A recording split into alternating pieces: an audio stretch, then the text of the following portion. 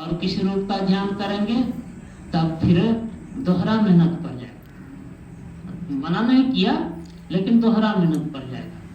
तो किसी नाम का जप करके उस रूप को उगा भी लेंगे, बात भी कर लेंगे, फिर भी आगे का काम नहीं बनेगा।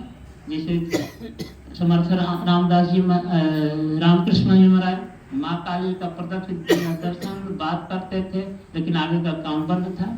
जब गुरु के शरण में गए तब आगे का काम चला, है ना।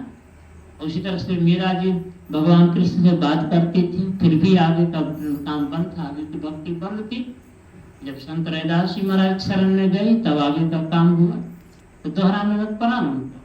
तो संत मत दोहरा मेहनत में भक्त को इतना मैंने भटकन में नहीं करने देते। तो सरल सरल चाहते हैं कि जीव का कल्याण कितना जल्दी हो, इसलिए बस इधर उधर भटकना बताकर कहा कि सीधे गुरु रूप का ध्यान करो।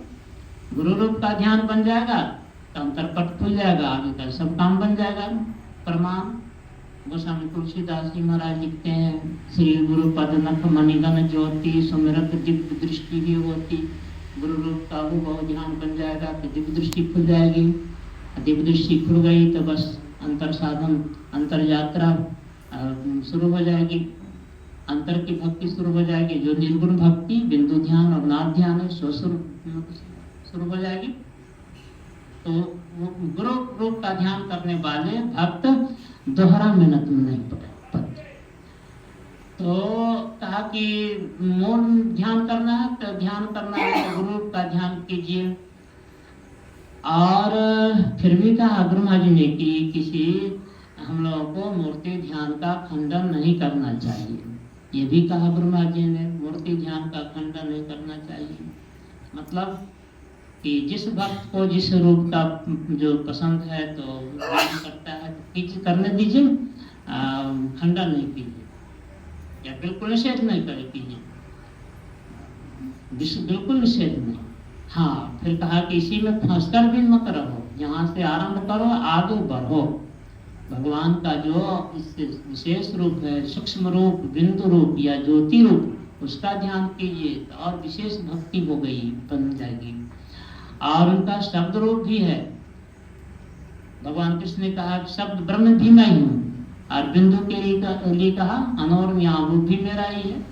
गीता पर ये सब रूप भगवान के 5 रूप, तो 5 रूपों का ध्यान भक्ति करनी, परमात्मा की भक्ति करनी है। अभी कर रहे हैं सत्संग का है और यही परमात्मा की भक्ति। गुरु मंत्र का जप करेंगे, भक्ति होगी परमात्मा की।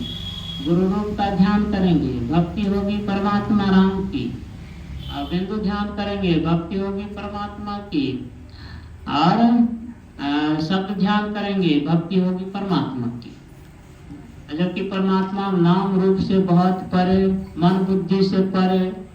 और भक्ति में देखिए कितना सरल बतला दिया कि सत्संग करो उन्हीं की भक्ति हो रही है, गुरु मंत्र का जप करो उन्हीं की भक्ति। कितना सरल, ये तो आसान रास्ता बतलाया। तो यही संत मत की भक्ति है। और यही भक्ति करने के लिए सब महापुरुषों का विचार है। इस तरह से तो करते हैं कि यही राम के चरणों में प्रेम करना हुआ, परमात्मा के चरणों में प्रेम करना हुआ। जहाँ पर जिस स्तर पर है वहीं से प्रेम शुरू होना चाहिए, भक्ति शुरू होनी चाहिए। तो जीव नाम रूप में फंसा हुआ है संसार में, यही का अवलंब लेकर के बढ़ने को कहा। यही फिर बढ़ते बढ़ते तब राम के स्वरूप तक पहुँचेंगे, जो बहुत दूर है, बहुत दूर है।